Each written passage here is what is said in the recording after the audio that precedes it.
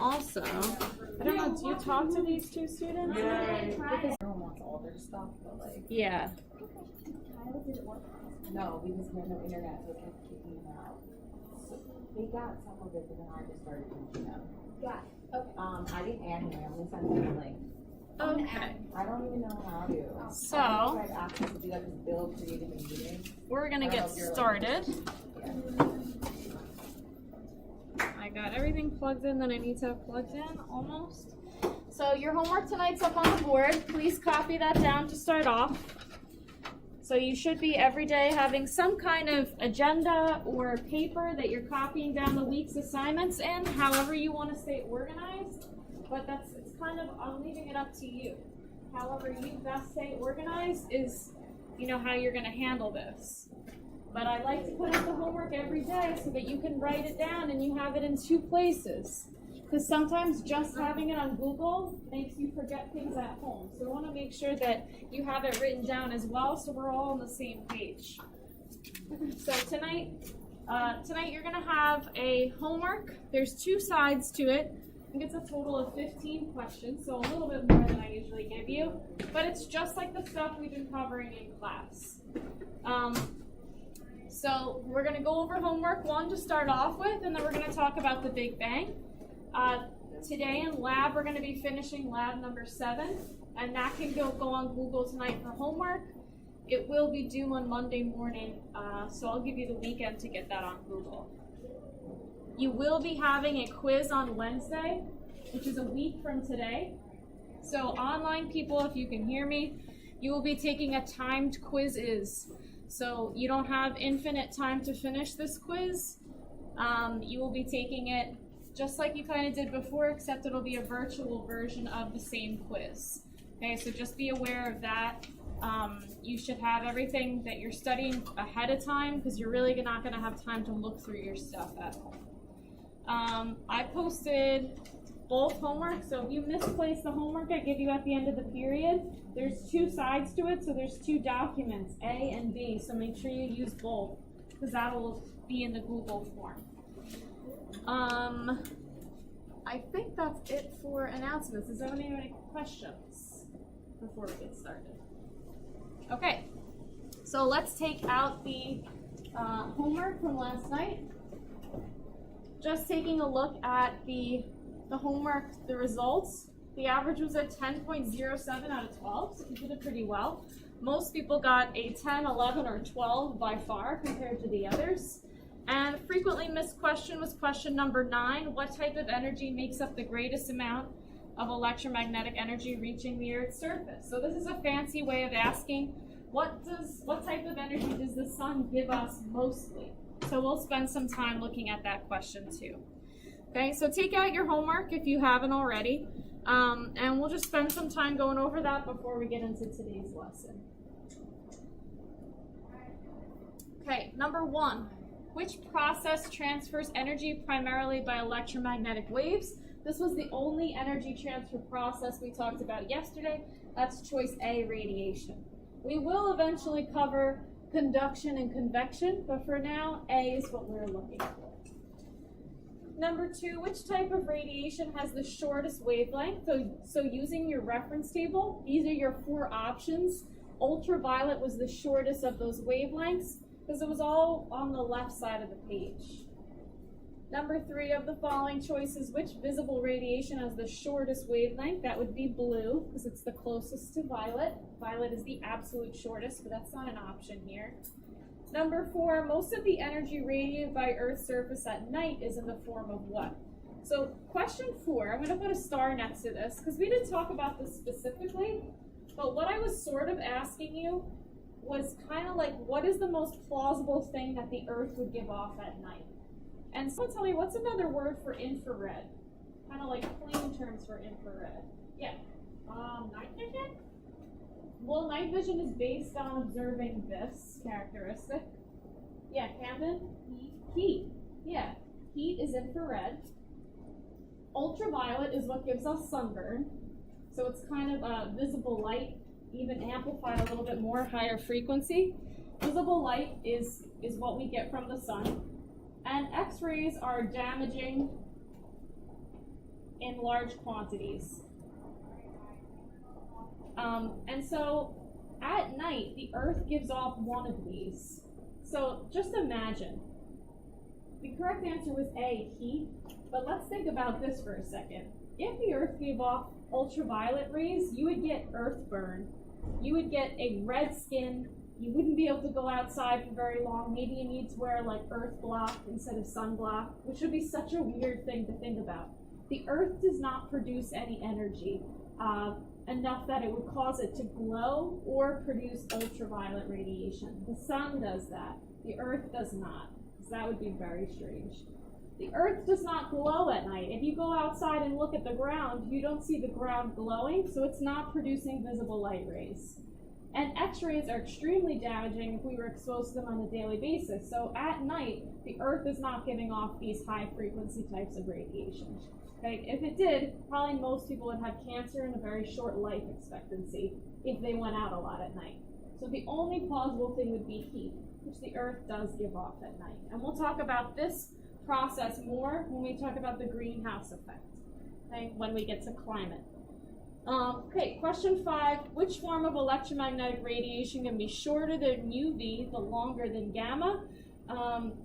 So for this, we can look at your reference table. So shorter than UV, so this is UV, but longer than gamma. Okay, so the one that's in between them is X-rays. So that's the correct answer for this one. Choice D. In the visible spectrum, which color is the longest wavelength? We talked about this yesterday in your notes. That's red light. It's all the way on the right-hand side of the page.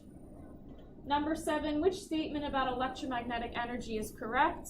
So you had to use your reference table for this, but the correct answer is choice D, that gamma rays have shorter wavelength than visible light. 8, we just talked about before. Heat is infrared. The type of electromagnetic energy that makes up the greatest amount of electromagnetic energy reaching Earth's surface. This was the #1 question that people got wrong, and that is because maybe they didn't look at the notes. Most energy given off by the sun is visible light. Okay, so that was the answer to this question right here in your notes, and it is important, and I told you you need to study this. And if you look back at the question, it's not asking you in the same way. So just be careful. The answer for 9 should be visible light. Okay. Number 10, infrared, ultraviolet, and visible light are all part of the solar spectrum. The basic difference between them is their wavelength, the length of each individual wave, and also the frequency of the wave. Because if you mention one, you have to mention the other. On the homework last night, I had you pick the option that was the higher frequency wave, but on your actual homework, you were to draw this. So your high frequency wave should have waves that are very numerous, so the high frequency, and also the actual length of the wave is pretty small. Okay, the distance from one crest to the next is kind of squished and close together. It should not look like this. This is a very low frequency wave. Okay, it kind of looks like if I took this and I really stretched it out, maybe to cover the entire front of the room. The wavelength is short, or you could say small. And the relationship between wavelength and frequency is inverse. As one goes up, the other goes down. Questions on your homework from last night? Okay, take out your notes.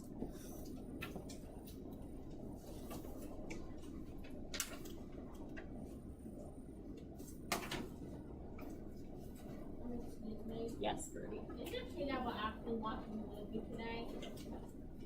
We told you that. Take out your notes. You have them out?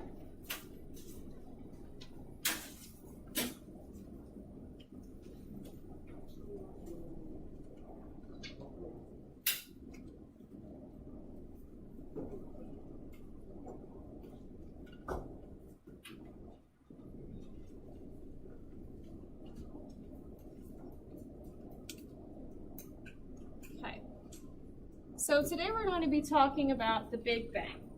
So the Big Bang is pretty much science's best guess as to what caused to the creation of our universe.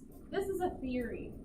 And theories in science come up when scientists do research and the evidence that they find in their research supports this theory.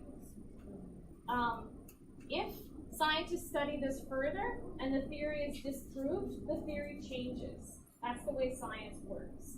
So far, no scientists have been able to disprove this. Therefore, this is what the current accepted theory for the creation of the universe is.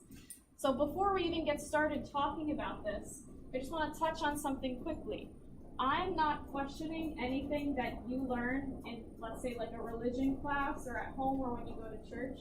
This is in the Earth Science curriculum for New York State, and this is what you need to know to pass the test in June. I'm not talking to you about my beliefs. That's not important right now. And I'm not questioning yours. This is just what you need to know. And there are plenty of loopholes and things we still don't understand. So don't think that this is like the end-all, say-all. By the time you're my age, it may very well change to something different. Yes? If I know what the answer is number one. Okay. All right. So about how many billion years ago? 6 billion? A little bit more than that. 14 to 15 billion. Usually the number I see is about 14.5. This is the accepted age of the universe. And at this time, at about 14 to 15 billion years ago, scientists think that everything that exists currently was compressed into a tiny hot dot smaller than the size of an atom. So something that's microscopic. So smaller than an atom. Suddenly, expansion began to happen faster than the speed of light. There's nothing that we currently know of that moves faster than the speed of light, so this is already pretty out there. And there's no particles, there's nothing else that we know of that travels faster than light. But apparently this expansion suddenly happened. We don't know what triggered this expansion, this sudden blossoming into creation. But this is what scientists have figured out based on calculating or trying to calculate how big the universe currently is, and then thinking about how long it would take it to rewind back to the center, traveling at the speed of light. So that's how they came up with 14 to 15 billion years ago.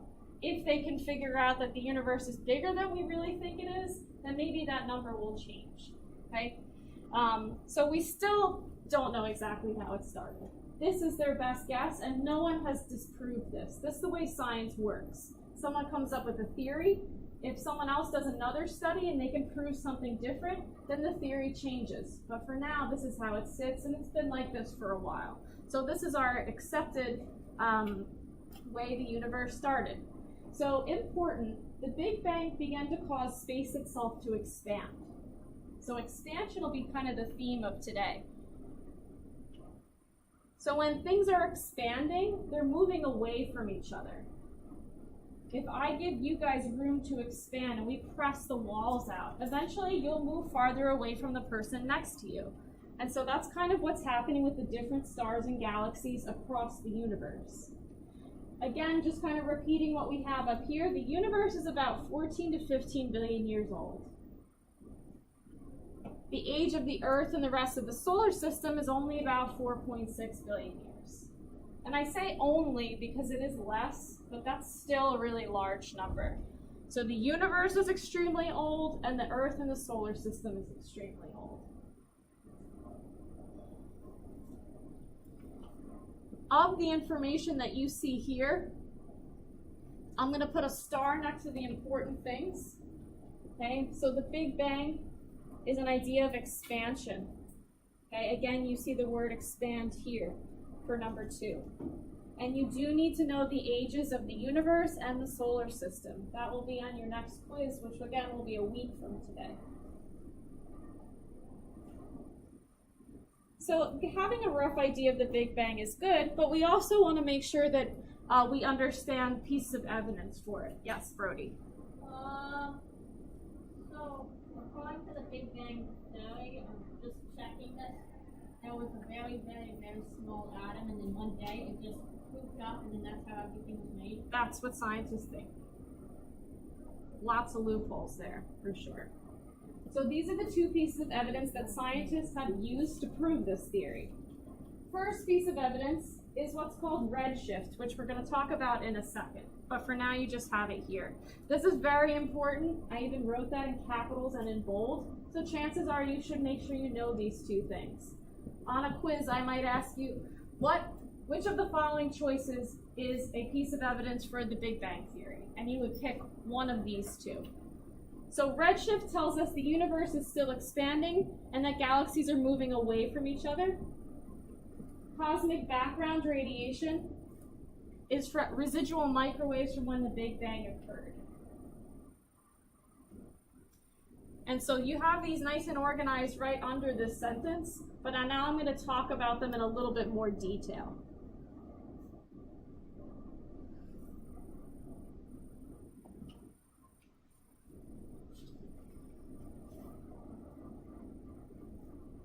Okay, so cosmic background radiation. This has a kind of a weird backstory. So scientists discovered this by accident, as happens fairly often, surprisingly, or maybe not surprisingly.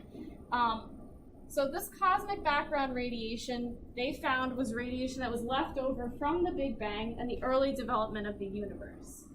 So the way they discovered it was this. Back in like the 50s, when our technology was not so good, and we were just starting to kind of make these higher class telescopes, we had a group of scientists that were kind of looking out for life in other places in our solar system and our universe.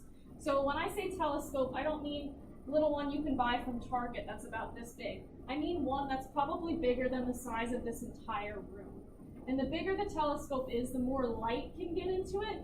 So it's a really great way to look really deep into space. Yes, Brody? Is it like one of those things where it's like a globe and it has that absolutely humongous telescope and you can see like the most far stars, Yes. right? Yep, that's exactly what I'm referring to. What's that called again? It's a telescope. So you have a telescope that's enormous. Okay, so it sticks out into the night sky, and I'm going to show you a video in like 2 seconds where you will see the same telescope that I'm talking about. So really huge telescope sticks out into the night sky, and scientists are trying to look for signs of life, aka aliens, in other places of the solar system. And so they're pointing this out there, and they see all of this like weird, kind of like this, I guess it's radiation. They didn't realize it at the time, but they got this like weird feedback, kind of like when your television goes fuzzy, if that still happens. I don't know if that's a 90s problem or not, but when your television goes fuzzy.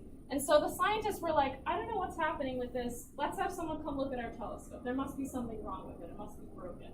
And so they had someone come look at the telescope. Everything was fine, working normal, properly, but still they had this weird feedback. And they were like, okay, maybe it's, life on another planet. But they really couldn't get away. Everywhere they aimed in the sky, they found this radiation. And so they found that there was birds kind of nesting around the telescope, and there was pigeons that were going inside the telescope and kind of like possibly living in there. So they came and had an exterminator come remove all those pigeons. And by remove, I mean, so they removed all the pigeons, and they were like, this will solve the problem. Now we can kind of get a clearer picture. And still, when they pointed the telescope in the night sky, they saw all this radiation. And so what they had accidentally found was all of this microwave energy, which exists everywhere they looked into space. And because its presence is just every part of the sky, far away, close, north, south, east, west, under us, we took this to mean that this was a piece of evidence of the residual explosion that started our universe. So that's our first piece of evidence. The second piece of evidence is kind of both of these. These are very related to each other. The Doppler effect refers to sound, redshift refers to light. And the best way that I can explain this is by showing you this video, which does really good in kind of giving you a visual and an audio version of the Doppler effect. So I'm going to play this first, and then we'll finish filling out the notes. The Doppler effect. In Sheldon's words, it's the apparent change in the frequency of a wave caused...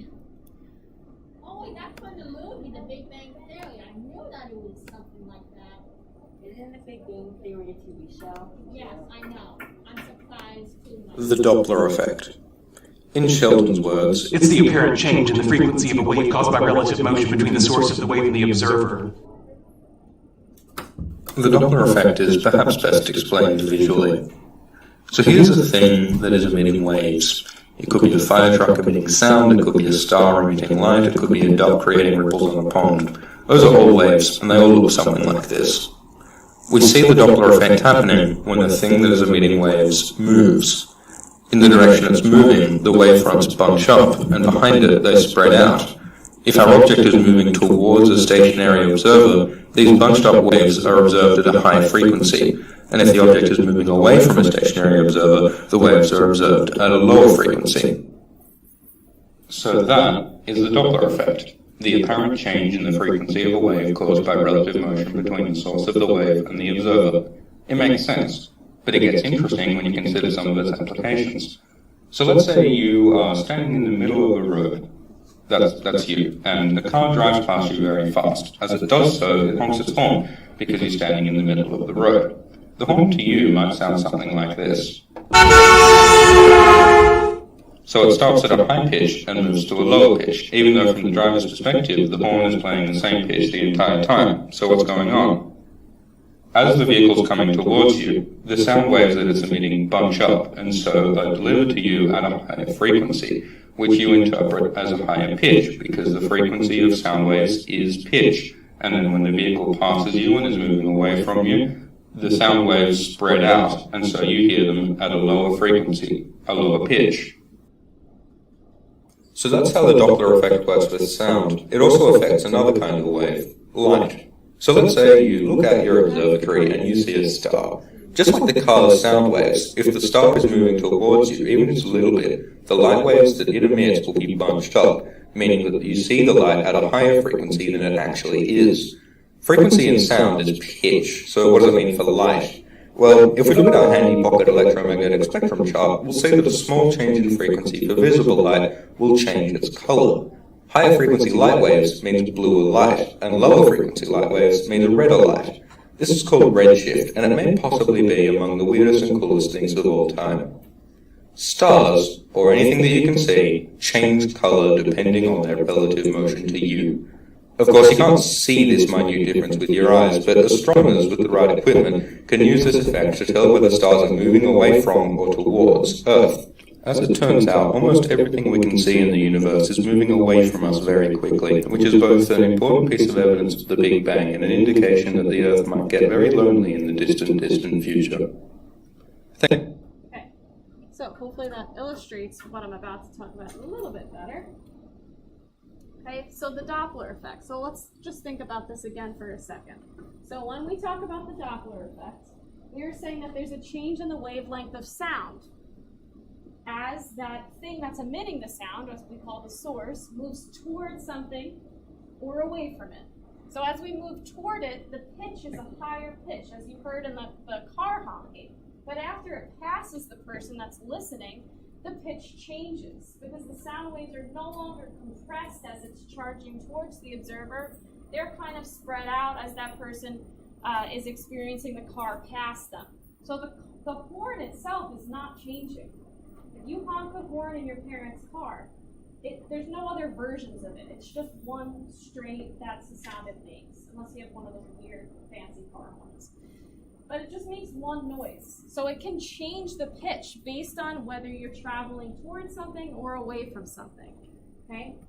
So if something is approaching, the frequency of the wave increases and the wavelength decreases, okay? Leaving you with a wave that would be higher frequency. Okay, the wavelengths are much smaller and they're close together. If something is receding away from you, the frequency decreases and the wavelength increases. And so the wave gets kind of spread out.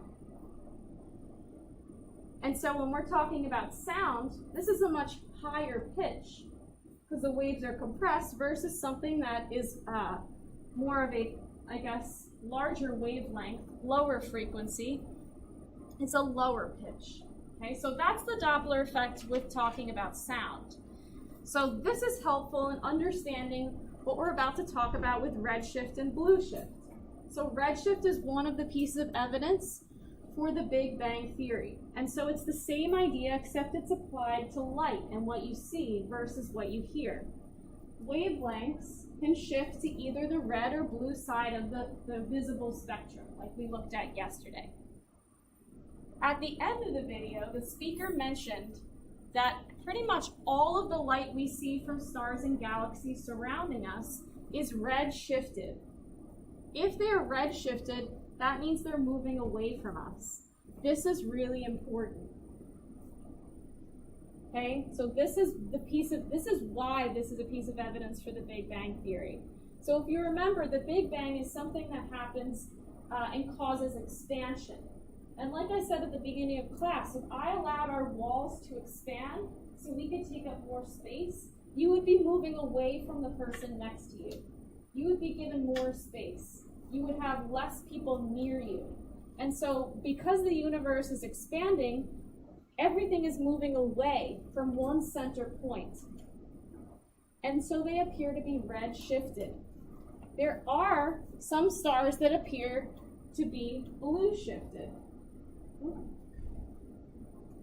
which means they're moving closer. This one has a little rhyme that can help you remember. Think blue to you.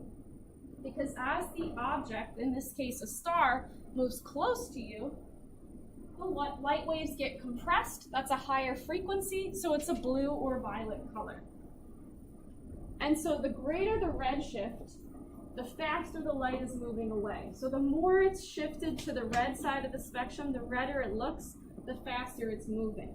And what we've observed is that the further the galaxies are from us, the faster they are moving away from us. And they're greater redshifted. Okay?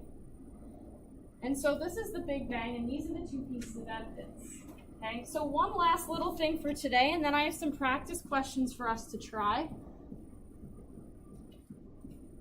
Okay, taking a look at the next page of your notes, we're going to take a look at spectral lines.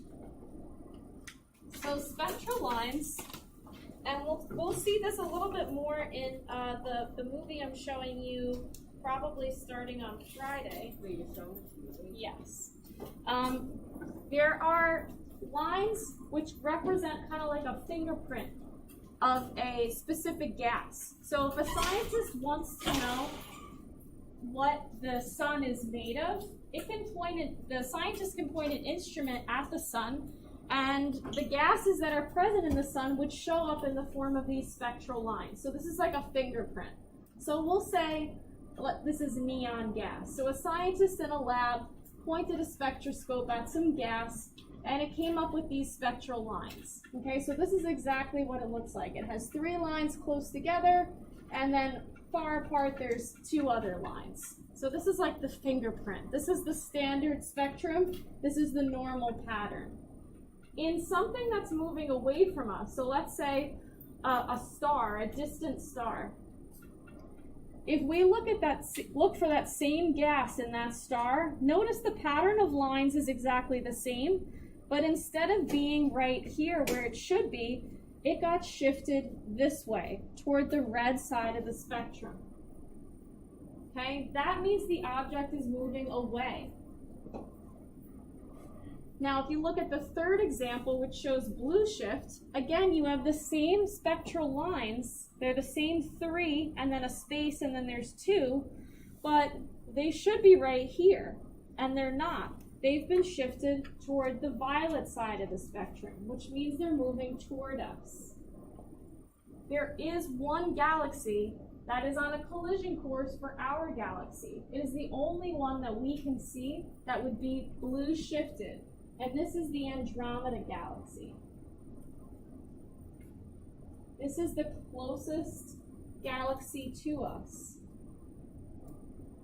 Eventually, in billions of years, this galaxy will merge with ours. I wouldn't worry too much about it, though. You got some time. That's a good question. The only way we can really figure out what would happen is if we observe the same phenomenon happening to galaxies somewhere else in the universe. Yes? So it's basically going to close in on us or disappear?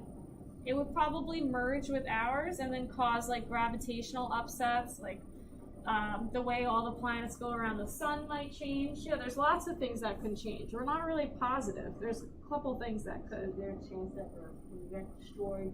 There is a chance. Yeah, we're pretty fragile and pretty tiny, so there is a chance that we could get destroyed. So there are 5 questions on this page that I'd like you to try. We're going to go over those together. And then there are challenge questions on the next page, which we will try after we go over these. So go ahead and use this time to kind of practice what I just taught you. If you need to flip back to the previous page, go for it. But if you want to just try, see what you remember, try to not flip back and forth. And then we're going to go over these with the whiteboards. Okay, so just take your time going over these. Not to go to the bathroom. No, finish these first, then you can go.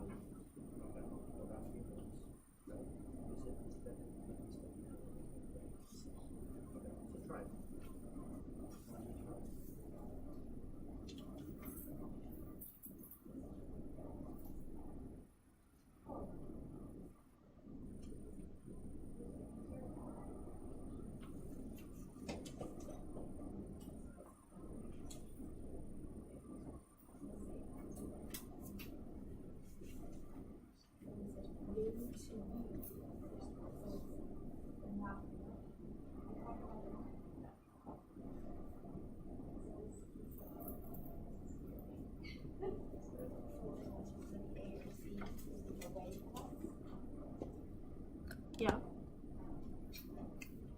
So now just think about if that's a little longer. About red light versus violet light. Oh, okay.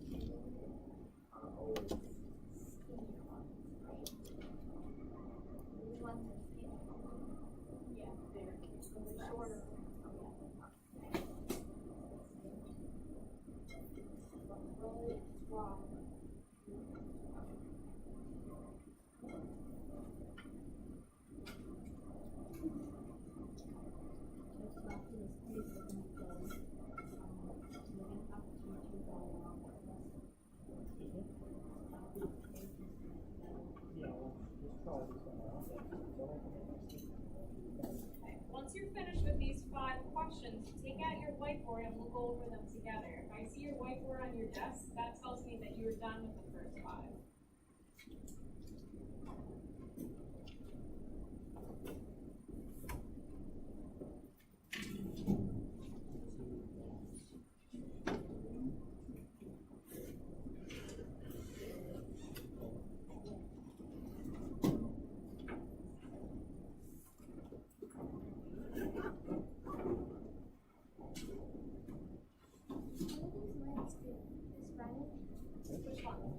Lab 7? Yeah. Lab 7, or finish it by the end of class today. If you still need to work on stuff, you have tomorrow, and that's not due on Google for Monday. So trying to give people a lot of time to get them out. Okay, so it looks like most people have their whiteboards out.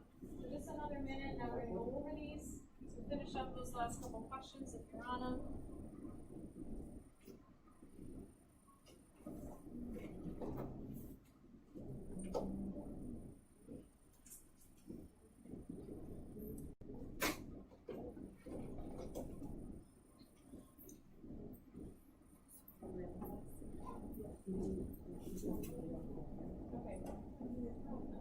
They're in a separate, I don't know what period it's called to that.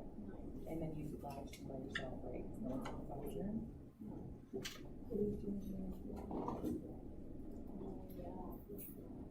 Oh, maybe it's. Because I don't live stream first. I just live stream first.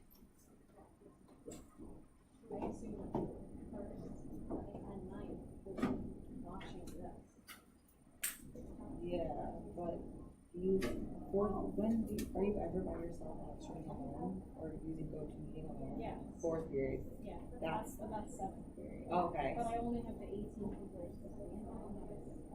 And they should be in there though, Well, there's a lot of people missing. unless they were just like absent. I don't Yeah. know. I Because guess- like, the one room. yeah, like 804, remember they had to. So that's what I was doing the go-to, and the rest of the kids are doing the instructional ones.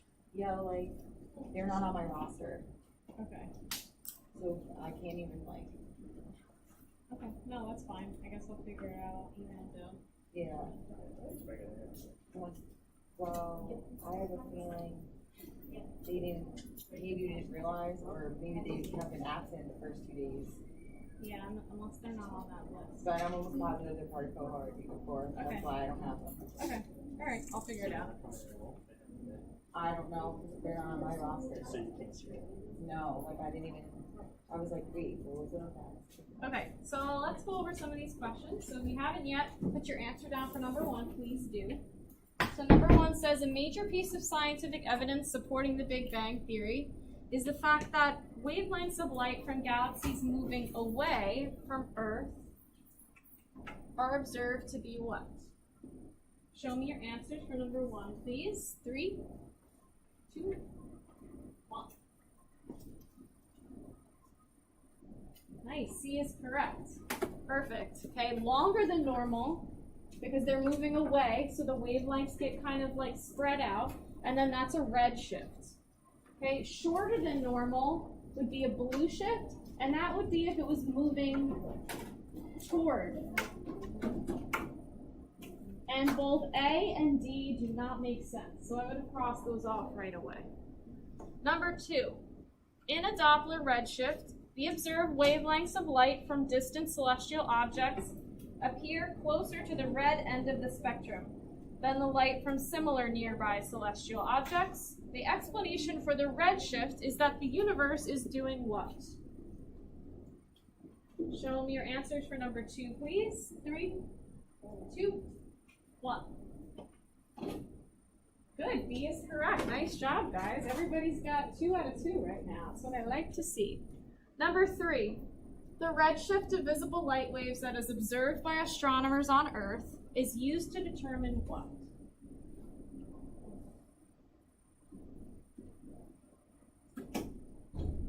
Show me your answers for number 3, please. 3, 2, 1. Waiting. D is correct. Relative motions. If I say relative motions, that means compared to a location. So if we're talking about astronomers, they are people on Earth. So it's relative to Earth. The sizes of nearby galaxies, so annoying. The size of nearby galaxies is not kind of what they're talking about here. So if you put size, we really haven't talked about size today. So it's just really the motions, whether they're going toward or away. Number 4, the theory that the universe is expanding is supported by what? Show me your answers for 4, please. 3, 2, 1. Good, B again, very nice. Lots of B's. Redshift of light from distant galaxies. Okay, Brody, join us, even if it's a guess, just join us. Number 5, when viewed from Earth, the light from very distant galaxies shows a redshift. This is evidence that distant galaxies are what? Okay, so again, redshift. So hopefully you're starting to notice repeating a pattern, keywords to look for. And these are all different ways of asking the same thing. Show me your answers. 3, 2, 1. Good. C is correct. Exactly. Moving away from Earth. I'm glad you're participating with us, Brody. Thank you. Okay. So some of you may have started these, some of you may not have. But we're going to close out this period with these 3 challenge questions on the next page. So they are similar to the ones we just looked at, but I added on questions using the spectra that I explained here. So you may need to come back to this and kind of look and compare your answers to these. So try 6, 7, and 8. on your own.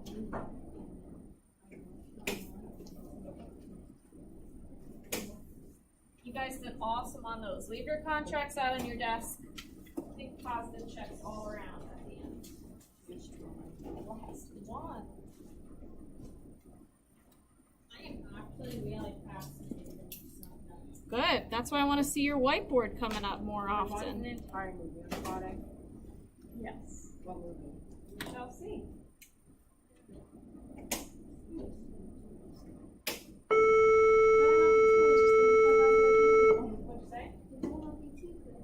What'd you say?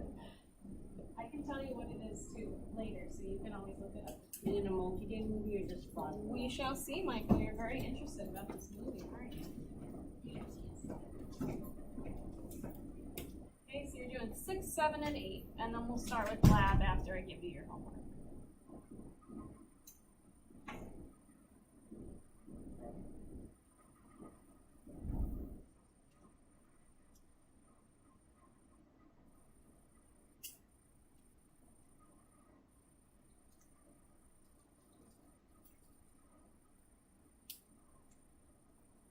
The whole page?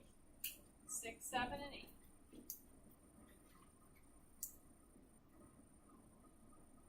If you have questions for me, I'm also right here, happy to answer. And I'm going to grab it now when you're finished with 6, 7, and 8.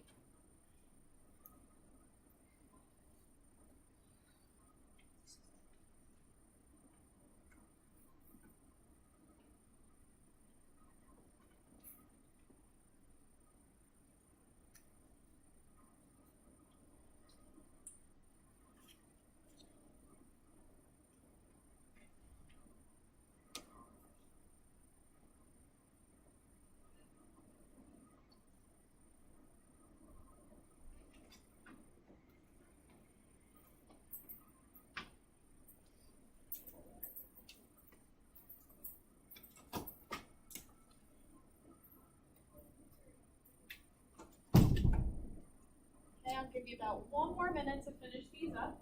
When you have an answer for 6 and you're ready to go, because you did all the others, put your answer for 6 on your whiteboards. Only if you're ready with all.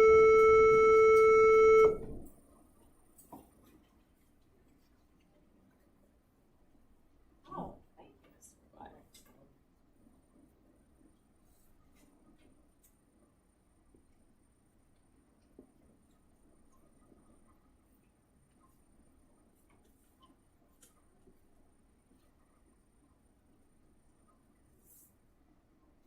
Okay, so 6 says, what is the best inference that can be made concerning the movement of galaxies A, B, and C? If you get this question wrong, I'm going to explain it, and you may want to change your answers for 7 and 8 then. Okay, so like adapt as we go. If you notice you had the wrong idea to start with, that's fine. Just fix it so you can kind of think as we go, so you can answer those next 2 questions correctly. So you have a laboratory spectrum here, and here's your lines, 1, 2, 3, 4. And then you have galaxy A, B, and C. And they want to know whether they're moving toward or away from Earth. Okay. So show me your answers for question 6, 3, 2, 1.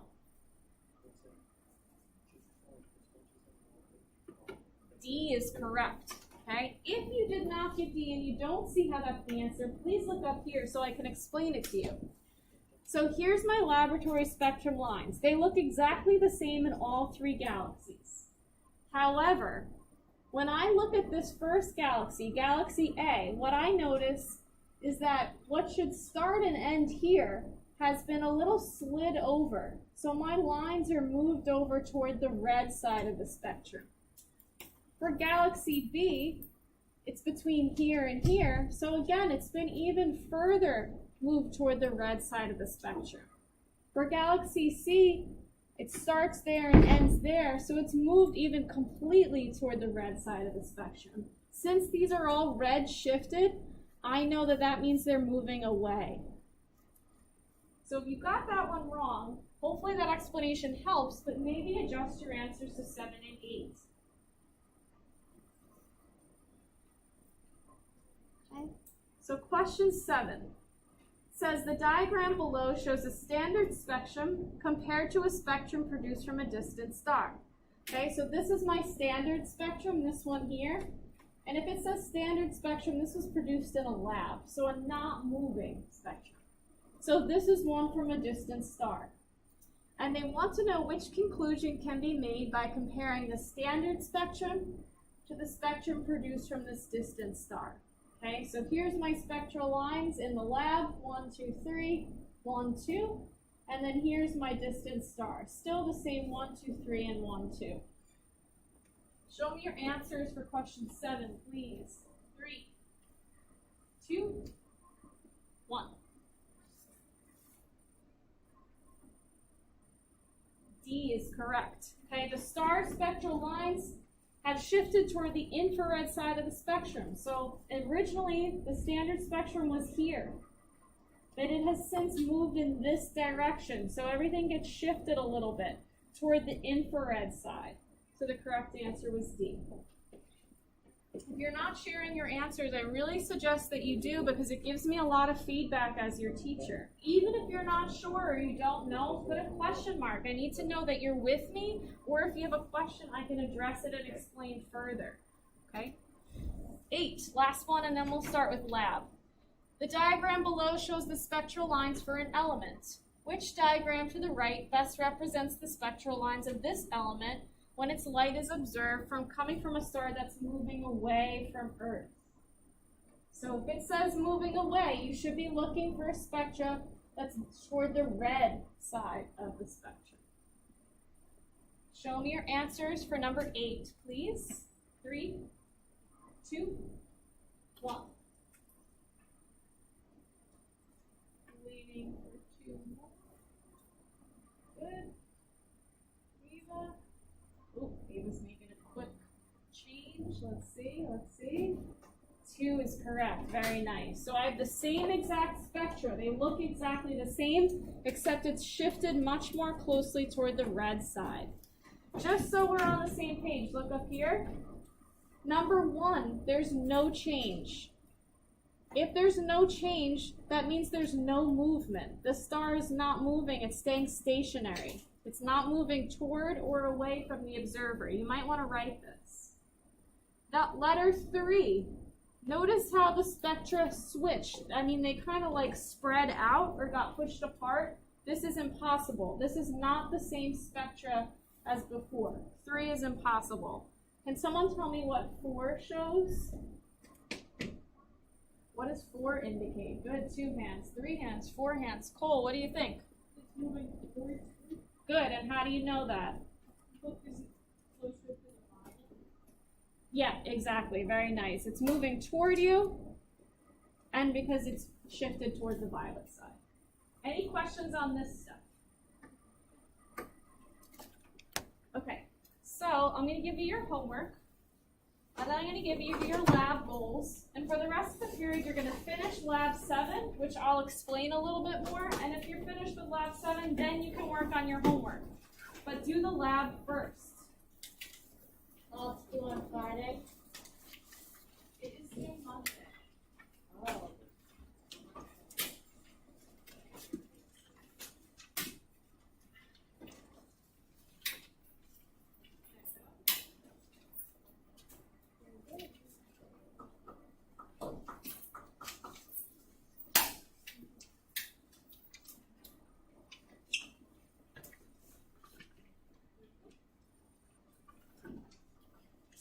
Did anybody not get a homework?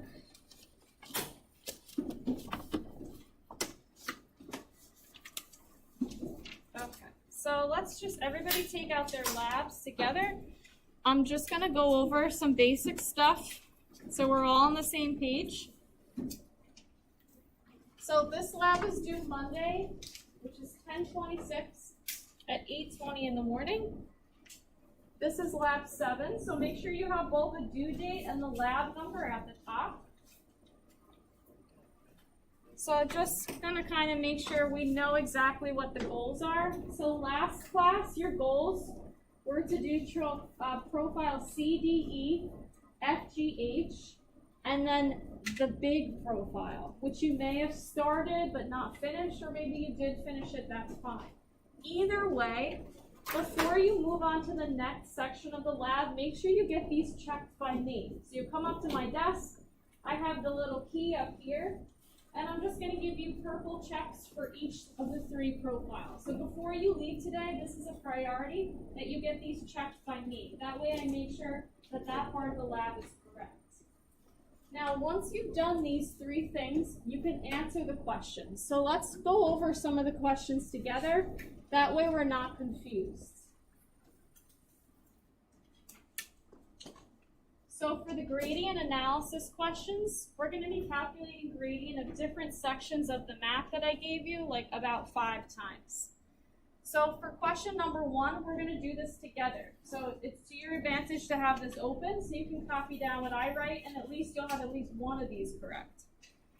So number 1, you're going to be calculating the gradient from C to D. So I'm just going to show you on your map where C to D is.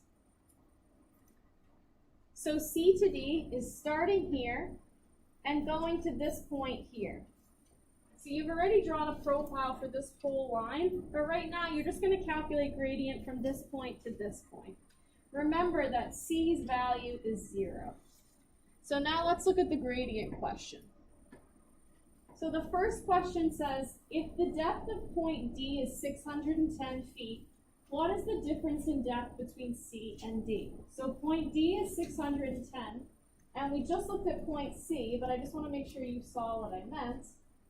Point C, if we go back to our map, is right on the 0 line. Would everybody agree with that? Okay, so now our subtraction is nice and easy. Point C is 0 feet. Point D is 610 feet, so the difference between those 2 points is just 610 feet, because it's 610 minus 0.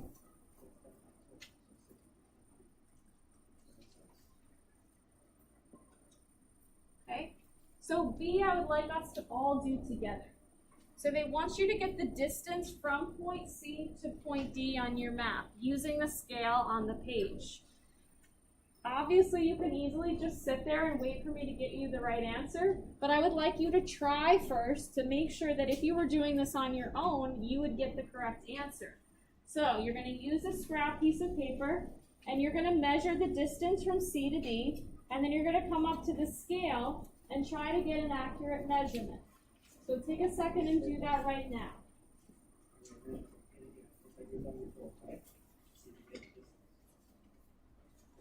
And then I'm going to ask a few people to share with me what distance they calculated. Or not calculated, you're not really doing a calculation. Yeah, you're just going to get the distance. Okay, so everybody should be doing this.